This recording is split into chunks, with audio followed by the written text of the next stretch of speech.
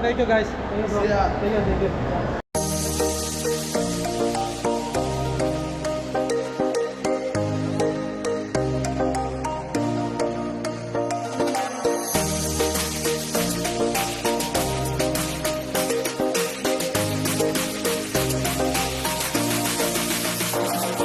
Diyos, Davao del Sur, nandito. Oh, Canada!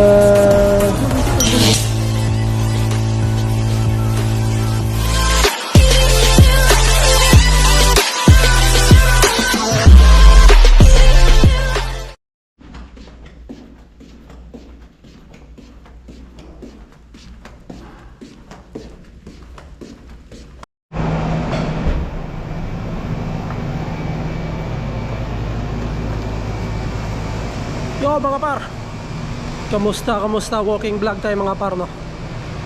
Basta tayo magtrabaho. Hindi muna ako nag-vlog doon sa trabaho ko mga par kasi baka magsawa kayo. Walking vlog muna tayo.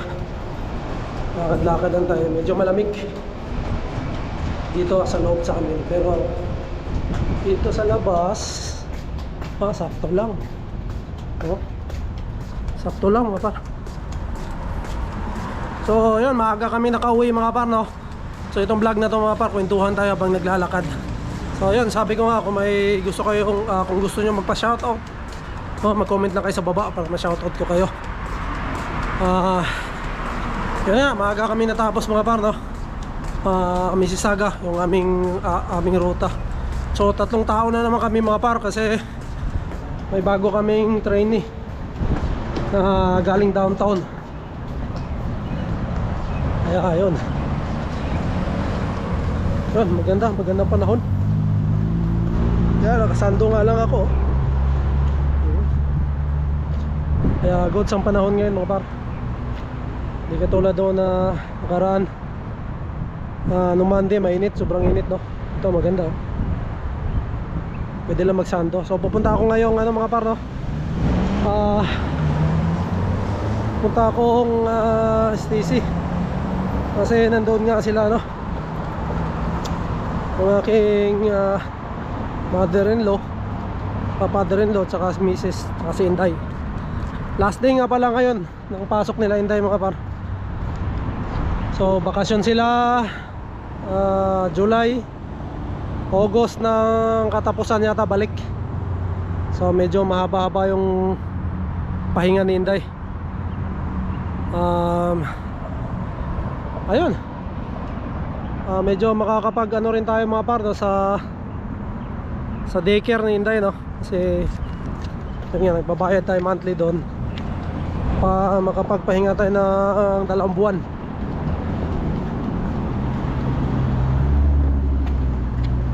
Ayun, ang binabayaran ko pala sa ni Inday mga par, no, sa kanyang daycare, 394 isang buwan. Yun yung binabayad ko sa kanyang daycare. So parang siya mga pare, 17 per hour.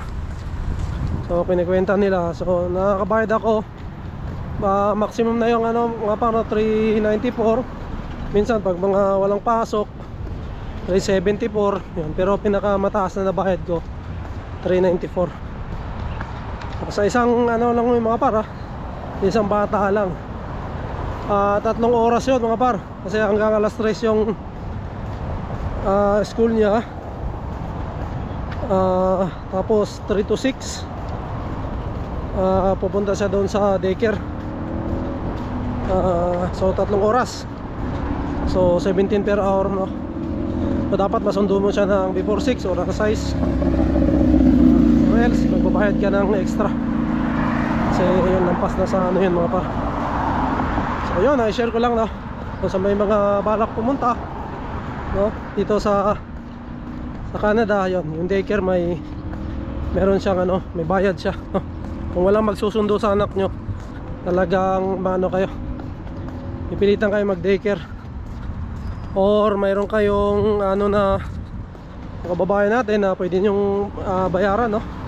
Mas mura, pero syempre anak natin yan dapat pinagkakatiwalaan nyo rin magsusundo kasi syempre yung safety niyan, di katulad ng daycare mga par, talagang ano yan, safe na safe yan kasi may sila, may mga babantay doon, no? So hindi rin naman pwedeng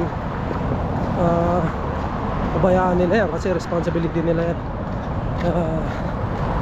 Talagang mas panatag ako mga par, no? Pagka doon sa daycare, di baling mahal pero mas mas pampante, no? Pag nandun si Inday sa loob ng daycare. Ayan, pero yan nga, daycare yung mga or ano pala mga par, no? Yung iba dito, yung biyenan nila or yung magulang nila, pinapapunta nila rito. Ayan, pinapabantayan nila. Pero yung kasi tourist lang, may yung mga par, no? May rin yun, minsan 6 months lang, kaya hindi rin siya tuloy-tuloy. Pero makakatipid ka pa rin, no, mga par. Ayan.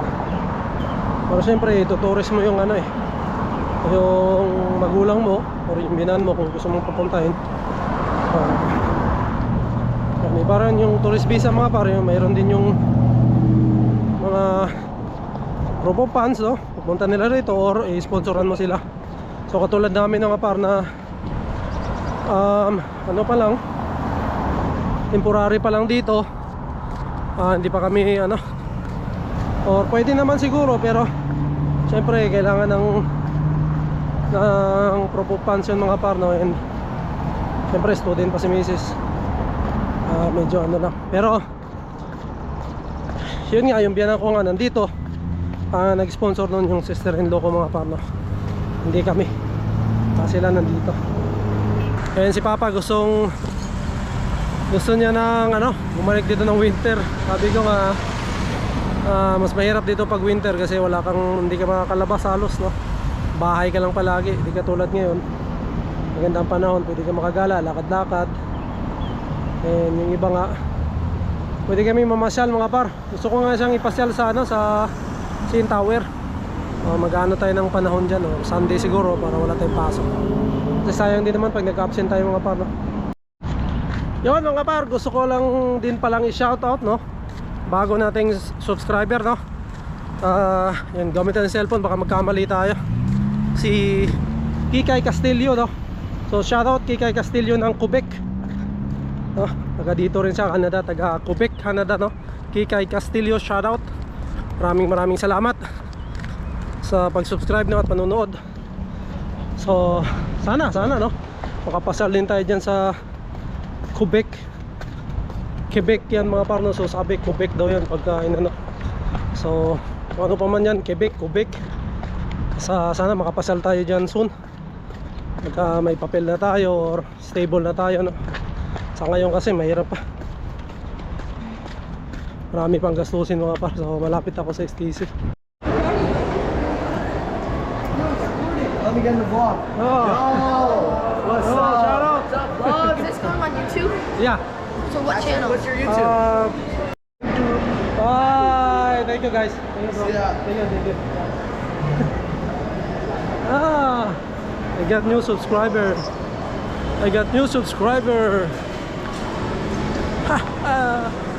Where are you, Inday? Where are you? So ayan, meron tayo nakita mga bagets mga par, no? So nag-subscribe sila sa YouTube channel natin kahit di nila naintindihan. Sabi ko, Filipino, mga buhay-buhay lang, tinatanong nila ko ng content ko. Sabi ko mga buhay-buhay lang. So kahit di nila naintindihan, so subscribe sila. So maraming salamat, shoutout. Puntahan na natin sila, Inday. Nandito sila sa sa food court mga par, mamaya. Oh! Saan ba rin sawa? Oh. Sinday? Oh, hindi cake niya. Hindi nga. Baho mo.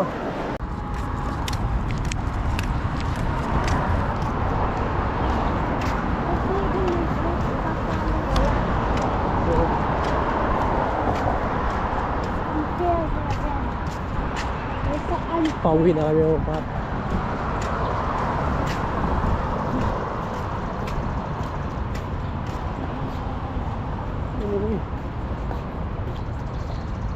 Ayun, napapaw.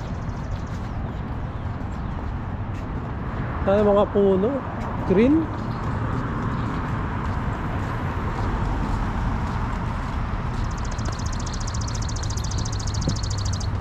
Duh.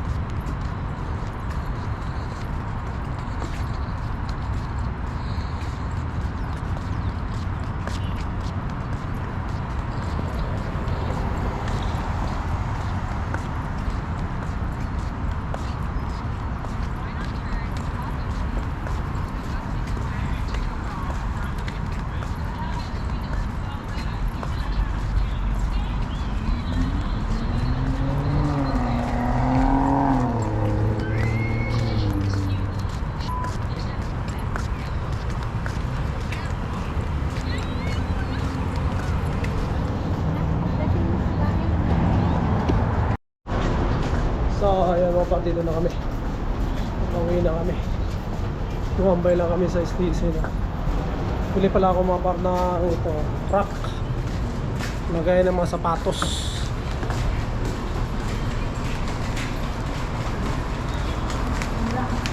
Para ano, may lagayan. Para shoe.